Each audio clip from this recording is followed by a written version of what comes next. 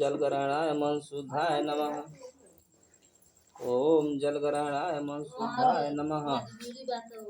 ओ हाथ धोबा। ओम गंगा जमुना गोदावरी मिले जले हस्तम परच्छल्या। चलो अब जोड़ो ले ला पैसा ऐसा कहाँ बच्चा पैसा दे पैसा ऐसा कर दे। अच्छा आवर लोगन जगह इबा अच्छा दारी अगरबत्ती अगरबत्ती धरावा अल्लाह धरावा अगरबत्ती कहाँ धराई धरा गया वही ले मंगा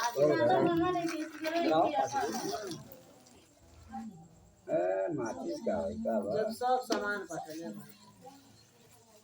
आवा लोगन एनिया जगह इबा अनीता आवा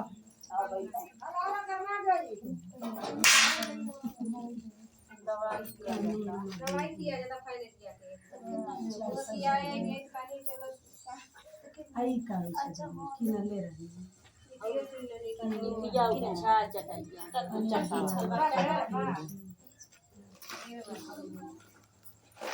और विशेष कम्मा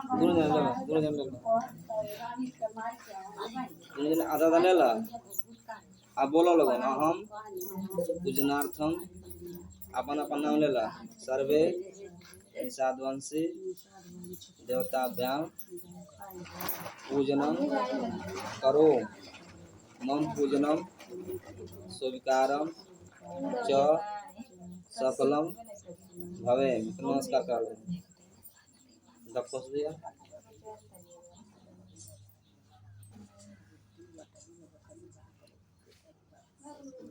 से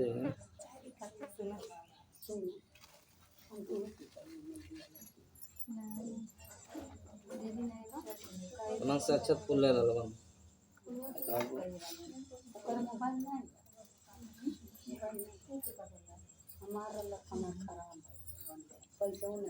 तीन बार लोन बोलिए अब तो लोन शांत रहा थी ना अब सुने हुआ ध्यान से तीन बार बोलिए लोगन बुद्धम शरणम गच्छामि धम्मम शरणम गच्छामि संघम शरणम गच्छामि द्वितीयम्पि बुद्धम शरणम गच्छामि तृतीयम्पि संघम शरणम गच्छामि द्वितीयम्पि धम्मम शरणम गच्छामि।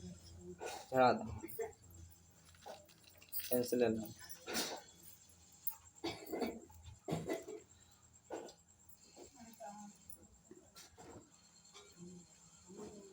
अब तुम हाथ जोड़ता है ना ध्यान दिया।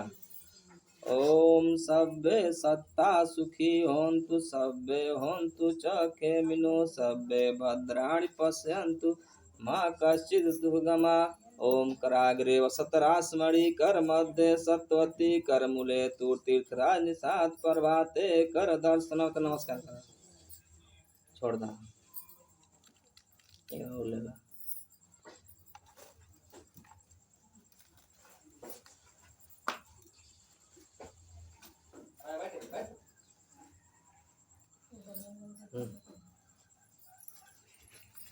ओम मंगलम संधव सबता मंगलम निषादेश मंगलम सिंधु गुमस च मंगलम निषाद वंशज अहम वंदनम च पूजनम करोमि। ओम निषाद पुत्र महाबली महाविद्वान महाधनुधर त्वं चरणम प्रणाम। नमस्कार करना ऐसे ले ला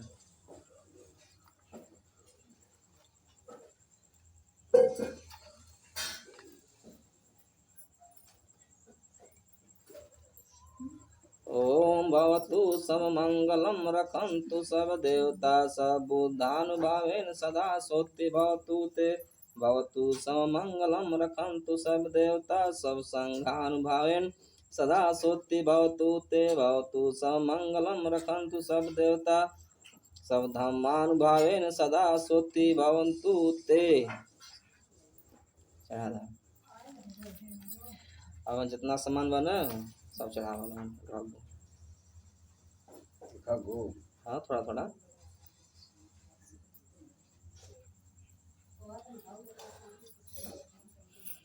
जल चढ़ा दिया।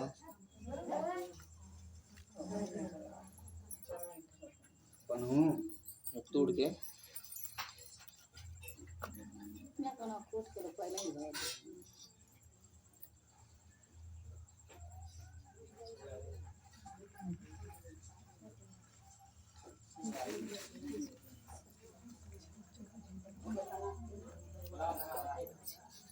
जल दे। जल दे।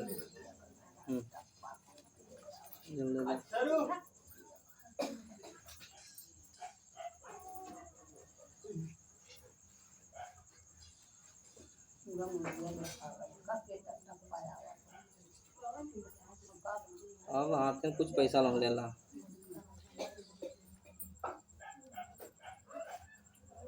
जल्दी 1000 रुपया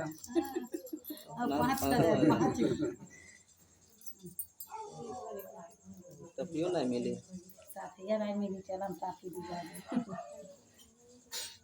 देखा अब कथा कह जाता है ना, अब कथा के ध्यान से सुनने से काम चले है ना।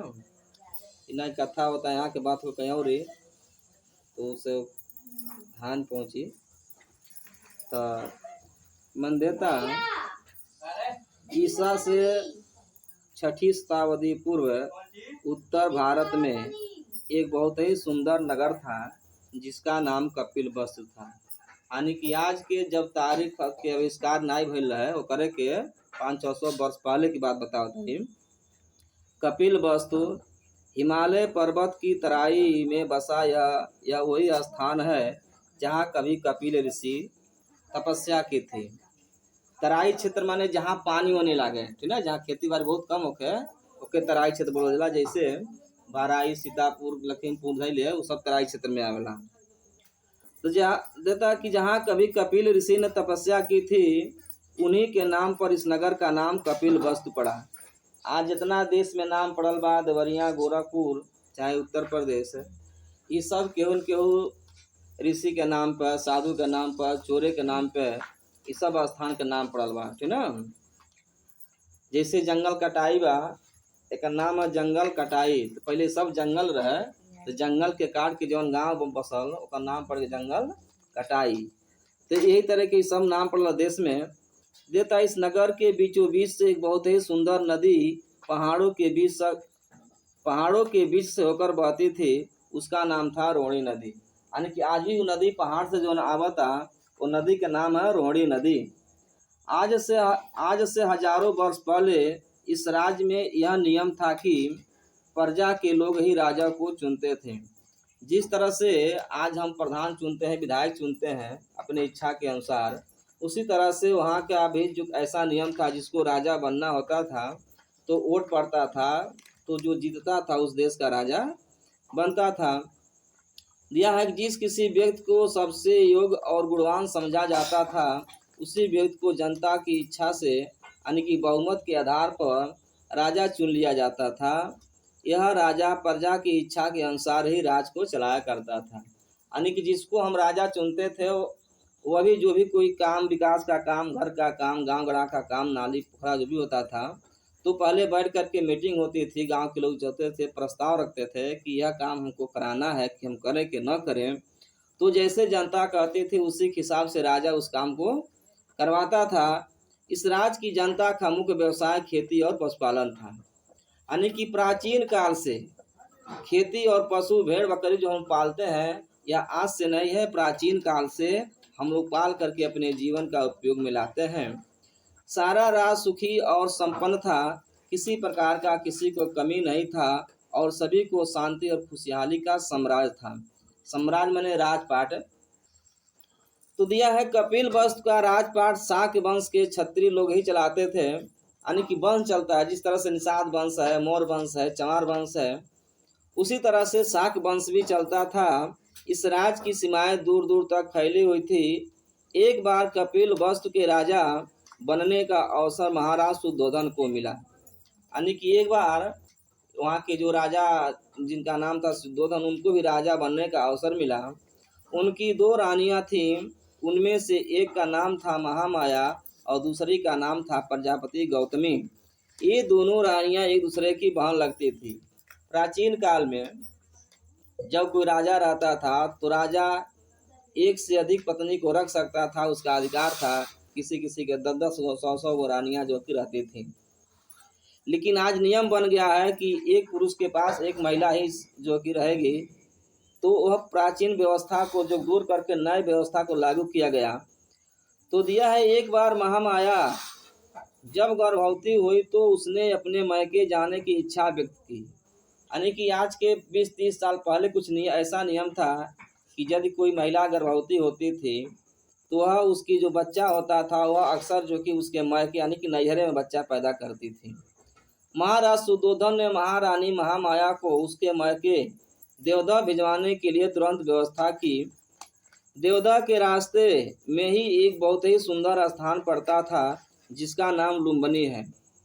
आज भी वो जो कि लुम्बिनी जो स्थान है बहुत बड़ा वहाँ जंगल है और दुनिया भर के विदेशी लोग वहाँ पर ज़्यादा आते हैं। वैशाख पूर्णिमा वाले दिन इसी लुम्बिनी के एक सुंदर से उद्यान में महामाया ने एक बालक का जन्म दिया जिसका नाम सिद्धार्थ रखा। यानी कि वह जब गर्भवती थी तो अब बच्चा पैदा होने का समय हो गया। तो जब अपने मैके आ रही थी तो रास्ते में उनका तबीयत ज़्यादा खराब हो गया, यानी कि बच्चा होने का समय हो गया। तो अपने नैहरे न पहुँच करके उसी जो एक बीच जंगल में वो जो एक भगवान बुद्ध का जो है कि पैदाइशी हो जाता है, जिनका बचपन का नाम सिद्धार्थ था। आगे चल करके यही बालक बुद्ध के नाम से संसार भर में सबसे प्रसिद्ध हो गए। बोला जय निषाद राय। जल्दी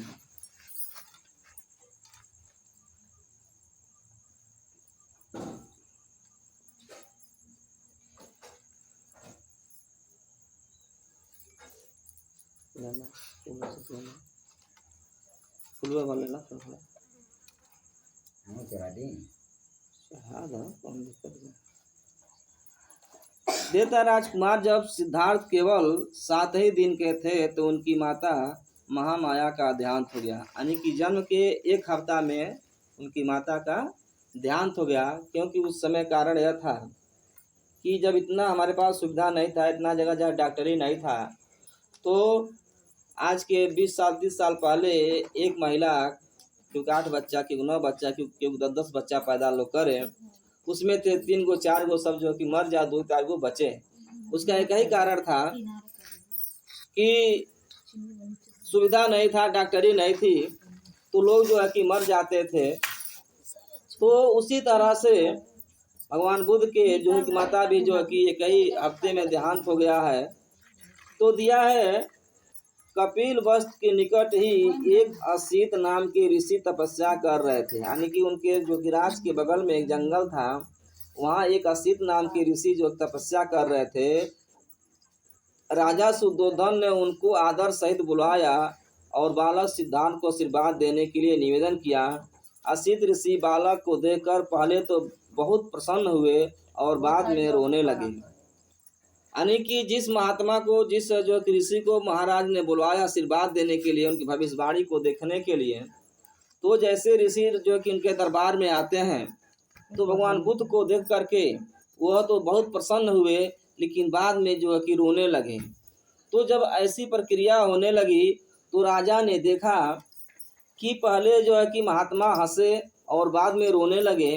अब राजा के मन में जो कि टेंशन हो गया कि आखिर में क्यों ऐसे जो कि 2 प्रकार के इन्होंने काम किया। तो राजा ने इसका कारण पूछा तो ऋषि ने बोले, हे राजन, मैं खुश इसलिए हुआ हूँ क्योंकि यह बालक बड़ा हो करके या तो बहुत बड़ा राजा बनेगा या फिर घर द्वार को त्याग करके संसार के दुख को दूर करने के लिए सम्यक संबुद्ध बनेगा। अब जौन बाकी महात्मा तेरे बताओ था ना कि जब तुम्हारा लड़का बड़ी सियान हुई तो करे जीवन में 2 घटना घटी, या तो बहुत बड़ा राजा बन जाए नहीं तो बहुत बड़ा सन्यासी बन जाए। तो राजा मुझे रोना इसलिए आया क्योंकि मैं जब बहुत बूढ़ा हो गया हूँ। यानी कि ऋषि कहता ना कि हम इसलिए जो कि रो रहा हूँ कि अब मेरी उम्र 80-90 साल की हो गई है, और जब यह आपका बालक बुद्धि को प्राप्त करेगा, ज्ञान को प्राप्त करेगा और मानव के कल्याण के लिए अपना धर्म चक्र जो कि घुमाएगा, यानी कि ज्ञान का चक्र घुमाएगा, तो इसका लाभ, इसका ज्ञान हम प्राप्त नहीं कर पाएंगे, क्योंकि तब तक हम जो है कि इस संसार से चल बसेंगे। इसलिए मैं जो है कि रो रहा हूँ। अब इतना बात वो जब सुनते हैं उनके पिता, तो कोई भी पिता नहीं चाहता कि मेरा लड़का जो कि साधु सन्यासी होके, चोर बदमाश होके, लेकिन परिस्थितियों के अनुसार, प्रकृति के अनुसार आदमी का जीवन परिवर्तन हो जाता है। तो अब महाराज के दिमाग में यह टेंशन हो गया कि मेरा लड़का जो सन्यासी हो जाएगा तो मेरा राजपाट कौन देखेगा, मेरा घर द्वार कौन देखेगा, इसका मेरा वंश कैसे चलेगा। तो राजा ने सोचा कि इसको जो है कि अनेक प्रकार के खिलौना, अनेक प्रकार की व्यवस्था यदि हम इसके साथ कर देते हैं, खेलने कूदने के लिए दे देते हैं, तो इसका मन जो है कि सन्यासी रूप में नहीं लगेगा। तो राजा ने जो है भगवान बुद्ध को खेलने के लिए, यानी कि उनको मन को बहलाने के लिए अनेक प्रकार की व्यवस्था किए, खेल खिलौना दिए। लेकिन सारा खेल खिलौना उनके लिए जो कि बेकार था, क्योंकि उनका जो है कि मन जो कि खेल खिलौना में नहीं लगता था। उनका मन केवल जो है कि मानव के कल्याण के लिए जो लगता था, और हमेशा वह जो कि अलग जो शांत मुद्रा में बैठे रहते थे। तो राजा ने देखा इसको देने के बाद भी इनका मन जो है कि नहीं लग रहा कि अब हम क्या करें। तो जैसे जैसे महाराज का उम्र बढ़ता जा रहा था, अब जैसे वो शादी करने के योग हो गए, तो महाराज ने सोचा कि यदि इसका हम शादी कर देते हैं और जो कि इसको एक बंधन में बांध देते हैं, हो सकता है कि इसका जो है कि विचार परिवर्तन हो जाए और अब यह सन्यासी न रह करके अपने गृहस्थ आश्रम में अपना जीवन व्यतीत करेगा और मेरा राजपाट को यह जो कि संभालने का काम करेगा। तो महाराज जो है कि इस तरह से सोच करके अपने राज की एक सुंदर जो कि लड़की से, जिसका नाम यशोधरा था, यशोधरा से भगवान बुद्ध का शादी हो गया। शादी होने के बाद एक जो है कि राहुल नाम का बच्चा पैदा हुआ। फिर भी महात्मा बुद्ध का जीवन जो कि राजपाट में नहीं लगता था, और जो कि हमेशा वह जो कि मानव के कल्याण के लिए हमेशा जो कि चिंतन मंथन करते थे। तो उसी समय एक घटना घट जाता है। उनका एक फूफा का लड़का था, तो वह जो बगीचा में टहल रहा था, तो बगीचा में एक जो कि हंस आया, और हंस को जो है कि उनके जो फूफा के लड़का था, उस हंस को बाण से यानी तीर से उसको घायल कर दिया, और घायल हंस जो कि उसी जो है कि बगीचा में छटपटाने लगा। तो कुछ समय के बाद जब भगवान बुद्ध ने देखा कि एक हंस को तीर लगा है, तो भगवान बुद्ध ने जा करके उसको जो कि उसके तीर को निकाला, और उसके जहाँ घाव लगा था तो मलहम पट्टी किया। तो जो तीर लगा था उस तीर को निकाल करके जब अपने शरीर में माने धंसाते हैं, तो देखते हैं कि जो कि जब हमको इतना कष्ट हो रहा है, तो एक पक्षी को कितना कष्ट होता होगा। इस तरह से भगवान बुद्ध का मन और जो है कि विचलित करने लगा। तो जब हंस जो कि उसके पास चला गया, भगवान बुद्ध ने ले लिया। तो जो हंस को मारा था, यानी कि उनके फूफा का लड़का जो मारा था, अब वह जो कि राज दरबार में चला गया और राजा से कहने लगा कि ऐसे ऐसे बात, मैंने हंस को मारा हूँ। हंस जो कि हमारा है, क्योंकि मैंने उसका शिकार किया हूँ, लेकिन हंस को जो है कि सिद्धार्थ ने ले लिया है, हमको न्याय चाहिए। तो महाराज ने कहा ठीक है, आपको न्याय मिलेगा। अब सुबह जो कि दरबार लगता है। दरबार लगने के बाद दोनों लोगों को बुलाया जाता है। इधर जो कि सिद्धार्थ और जो उनके जो फूफा के लड़के थे, यानी कि जो हंस को मारे थे, तो हंस लेकर के भगवान बुद्ध ने राज दरबार में सबके सामने आते हैं। तो उनके मंत्री ने कहा कि आखिर में निर्णय कैसे होगा, हमारे समझ में नहीं आ रहा है। तो मंत्रियों को जो कि विचार आया, उन्होंने कहा कि महाराज, हम लोगों को किसी को जो कि निर्णय करने की आवश्यकता नहीं है। हंस जो कि स्वतः अपना निर्णय ले लेगा कि हम किसके साथ में रहेंगे। तो यह हुआ कि गौतम बुद्ध, तुम हंस को लाओ और जो है कि विश्व जो सभा में छोड़ दो, और दोनों लोगों को दो किनारे बैठा दिया गया, यानी कि जो हंस को मारा था वो भी, और जो हंस को बचाए थे भगवान बुद्ध उनको भी। और दोनों लोगों को कहा गया कि आप दोनों लोग यानी कि बारी बारी से जो बुलाइएगा, जिसके बुलाने पर हंस जिसके पास जाएगा, हंस उसी को जो कि दे दिया जाएगा। ये हुआ कि यह निर्णय बहुत अच्छा है। उसके बाद हंस को भी दरबार में छोड़ दिया गया। पहले कहा गया कि यानी कि जो हंस मारा था उसको कहा गया कि पहले तुम बुलाओ। तो हंस को जब वह मारने वाला बुलाता है तो हंस उसके ओर थोड़ा सा भी ताका नहीं, क्योंकि जो किसी को मारेगा तो उसके पास कोई नहीं जाएगा। लेकिन जो जान बचाता है उसी के पास लोग जो है कि भाग करके जाते हैं।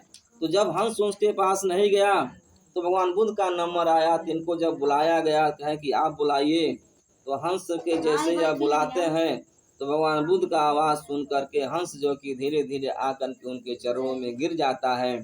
तब जाकर के जो कि सभा में ताली बजने लगता है, जय जयकार होने लगता है, और हंस जो है कि भगवान बुद्ध को दे दिया जाता है। तो वही कहा गया है कि जो किसी का प्राण बचाता है, जो किसी का रक्षा करता है, उसका मालिक वो होता है, उसका अधिकारी वो होता है।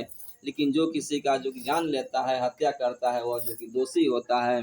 इस तरह से भगवान बुद्ध का जो कि विश्व सभा में विजय को प्राप्त करते हैं। बोलिए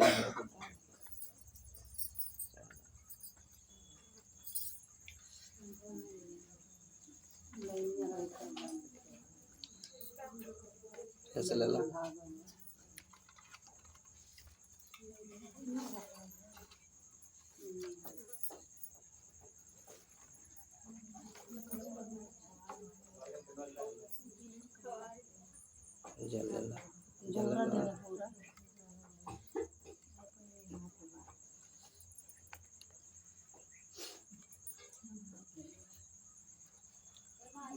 उन्हीं के समय में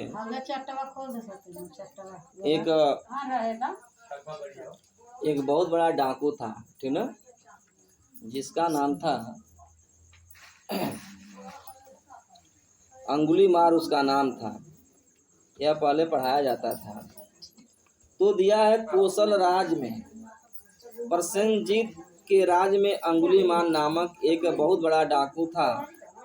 वह आदमियों को लूट लेना, उनकी जान ले लेना उनके बाएं हाथ का खेल था। यानी कि वह इतना निपुण था चोरी करने में, मारने में, किसी की हत्या करने में, कि उसको समय नहीं लगता था। लोग उससे बहुत ज़्यादा डरते थे, भयभीत थे।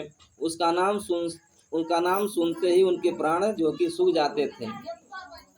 एक बार भगवान बुद्ध उपदेश देते हुए उधर से निकले जिधर अंगुलीमाल रहता था। यानी कि जौने जंगल में उड़हत रहा, उन्हें भगवान बुद्ध जाता ना, तो रास्ता चलते चलते लोगों, गरेड़ियों आदि ने भगवान से प्रार्थना किया कि आप वहाँ से वापिस हो जाएं। यानी कि जो लोग जानते थे कि उस जंगल में एक बहुत बड़ा डाकू रहता है, खूंखार है, और उसी रास्ते से महात्मा बुद्ध जा रहे हैं, तो लोगों ने उनको समझाया बुझाया कि महाराज ऐसा गलती मत करिए, आप उस रास्ते से मत जाइए, क्योंकि आप जिस रास्ते से जाते हैं उसी रास्ते में एक बहुत बड़ा डाकू रहता है, वह आपके जो कि हत्या कर देगा। जो किसी से भी नहीं डरता है और न किसी से आगे झुकता है। तथागत बुद्ध ने लोगों की बात सुनी, परंतु उनकी बात को उन्होंने नहीं माना, अपना इरादा नहीं बदला। वे घूमते हुए बिना डर के उस जंगल में चले गए जिसमें अंगुलीमार डाकू रहता था। अंगुलीमार ने जब एक वस्त्रधारी यानी कि सन्यासी रूपी जो कि आदमी को देखा अपनी ओर आते हुए, तो उसकी हिम्मत को देख करके वह दंग रह गया। यानी कि जब भगवान बुद्ध को देखा कि यह आदमी हमारे तरफ आ रहा है, सन्यासी है, और हमारे चलते भी बहुत लोग जो कांप जाते हैं, डर जाते हैं, भाग जाते हैं, लेकिन यह कैसा व्यक्ति है जो हमको देखता है फिर भी हमसे जो कि डरता नहीं है। अब उस डाकू के अंदर जो कि भयभीत होने लगता है, ये तो देख रहे हैं कि हमसे बड़ा कोई जो कि आदमी है। उसे तुरंत गुस्सा आ गया और झुझाकर यानी कि रिसिया करके बुद्ध के पास आया। वह उन्हें जान से मार डालना चाहता था, लेकिन जब उसने बुद्ध को मुस्कुराकर प्यार से उसका स्वागत करते देखा तो उसका पत्थर सा दिल मोम की तरह पिघल गया। यानी कि जब डाकू उनके पास आया, देखा, तो भगवान बुद्ध ने उनको बहुत जो कि अच्छी तरह से स्वागत किया, बंदगी किया।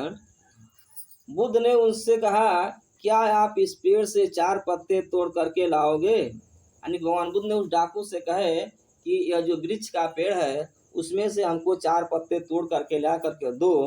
तो अंगुलीमार के लिए यह क्या मुश्किल काम नहीं था। यानी कहा कि भाई जब हम बड़े बड़े लोग हत्या कर देते हैं, गर्दन अंगुली काट देते हैं, तो पत्ता तोड़ने की कौन सी बात है।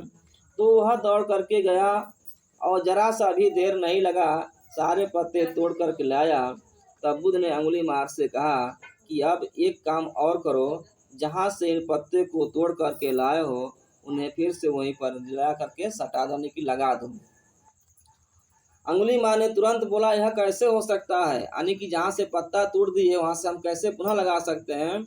गौतम बुद्ध ने कहा कि तुम जानते हो कि टूटा हुआ जुड़ा नहीं जा सकता, तो फिर तोड़ने का काम क्यों करते हो, यानी कि एक दूसरे की हत्या क्यों करते हो। इतना सुनते ही अंगुली मार का बोध हो गया, यानी कि बोध माने ज्ञान हो गया, और वह उस दिन से हिंसा को छोड़ करके वह बुद्ध के शरण में चला गया, यानी कि संन्यास ले लिया, कसम खा गया कि आज के बाद से मैं किसी का हत्या नहीं करूंगा, मैं किसी का अंगुली को मार करके माला जो है कि नहीं पहनूंगा। तो इस तरह से भगवान बुद्ध ने उनको जो है कि एक अच्छे मार्ग पर जो है कि ला करके उनका जीवन के लिए कल्याण कर दीजिए। बोलिए जय। एक उन्हीं के जीवन काल में, उन्हीं के समय में जो आज श्रावस्ती जिला बना है, श्रावस्ती जिले के पास में एक बहुत बड़ा जो है कि सेठ रहता था, यानी कि बहुत बड़ा पैसा धनवान व्यक्ति रहता था। तो इधर बिहार में उनकी जो उनके बहन का घर था, तो वह जो है कि वहीं पर भगवान बुद्ध गए थे। तो उस समय भगवान बुद्ध का चर्चा पूरे विश्व में चारों तरफ जो फैल चुका था। तो वह जो सेठ था, सूतक नाम का वह सेठ रहता था, वह बहुत धनी था, किंतु साथ ही साथ वह बहुत दानवीर और जो कि दुखियों को यानी कि अनाथों की सेवा करता था। यानी कि वह जो सेठ था वह गरीबों को दुखियों को सहायता करता था, इसलिए उसका नाम जो कि अनाथ पिंडक पड़ गया। यानी कि जो अनाथ की सेवा करे, जो गरीबों की सेवा करे, सहयोग करे, उसका नाम अनाथ पिंडक पड़ गया। जब भगवान बुद्ध राजगिरी में ठहरे हुए थे, राजगिरी आज जो कि नालंदा बिहार में है, वहाँ बहुत बड़ा विद्यालय है, वहाँ पूरे विश्व के लोग पढ़ने आते थे। उस समय सुदत्त सेठ अपने बहन बहनोई से मिलने वहाँ पधारा। वहाँ उसे तथागत सम्यक बुद्ध के यश की जानकारी मिली। वह तथागत गौतम बुद्ध के दर्शन के लिए उनसे मिलने गया, उनका उपदेश ध्यान से सुना और उनके चरणों में अपना सिर को झुका दिया। अनाथ पिंडक ने भिक्षु बनने की इच्छा जताई, तो बुद्ध ने कहा, तुम गृहस्थ में ही रहो, तुम्हारे लिए उचित नहीं है। भिक्षु माने होता है कि जब आप कुशीनगर कभी जाएंगे तो वहाँ देखे होंगे कि या कपार को छिला करके लोग जो रहते हैं, ठीक है, उनको भिक्षु बोलते हैं। वहाँ अन्य देश के लड़के और लड़कियां सब आते हैं, कपार छिला करके उनकी सेवा में लगे रहते हैं। अनाथ पिंडक ने फिर निवेदन किया, मेरी इच्छा है कि कौशल जनपद में जहाँ का मैं निवासी हूँ, एक ऐसा निवास बनवाऊँ जो आपके योग्य है। भगवान ने उसकी बात मान ली और अपने भिक्षुओं को उसके साथ भिजवा दिया। यानी कि वह जो दानी था, वो जो सेठ था, वह चाहता था कि मैं भगवान बुद्ध को एक बहुत बड़ा महल बनवा करके दान में दूं, ताकि इससे मेरा यश और कीर्ति बढ़ा रहे, मेरा धन संपत्ति जो है कि बढ़ता रहे। इस तरह से सोच विचार करके जो कि उन्होंने उनके पास गया और जो कि सहमति मांगा कि मैं आपको एक मकान बनवा कर देना चाहता हूँ। तो भिक्षुओं ने कौशल देश के सात्विक नगर में जिस स्थान को चुना, वह स्थान चेत राजकुमार का था। यानी कि वो जो जमीन रहे, वहाँ के जो राजा रहा, उनका नाम चित रहल, वह जमीन उन्हीं का था। राजकुमार इस भूमि को किसी भी कीमत पर देना नहीं चाहता था, अतः अनाथ पिंडक ने मजबूर करने पर राजकुमार ने कहा, यानी कि जब बार बार वह अनाथ पिंडक ने कहा कि नहीं जमीन हमके चाहिए, तो लास्ट में कहा ठीक है, हम जमीन उसी शर्त पर देंगे कि जितनी जमीन आपको लेना है उतना जमीन पर स्वर्ण मुद्रा यदि आप जो ढक देते हैं, यानी कि बिछा देते हैं, वह जमीन तुम्हारी हो जाएगी। यानी कि जितना जमीने पर तू सोने के सिक्का बिछा देगा, उतना जमीन हम तुम्हें दे देंगे। तो वह जो दानवीर दानी था अनाथ पिंडक, उसने कहा ठीक है, हम जो कि ऐसा काम करेंगे। उन्होंने अपने जो खजाने से बैलगाड़ी पर जो है कि सारा जो कि सोने का सिक्का लदवा करके लाया और जमीन पर अपने जो कि नौकरों द्वारा बिछवाने का काम किया। वह इतना सिक्का बिछा दिया सोने का कि वह राजकुमार देख करके तंग रह गए। वो सोचने लगे इसके पास कैसे इतना धन हो गया। अब वह जो कि बहुत प्रसन्न हो करके सारे जमीन उन्होंने जो कि दान में दे दिया। ये दिया बा सब सिक्का बिछाओ था ना सब, है ना, ये सब सोने का सिक्का बोल के जय नमो बुद्धाय जय साधरा चढ़ा।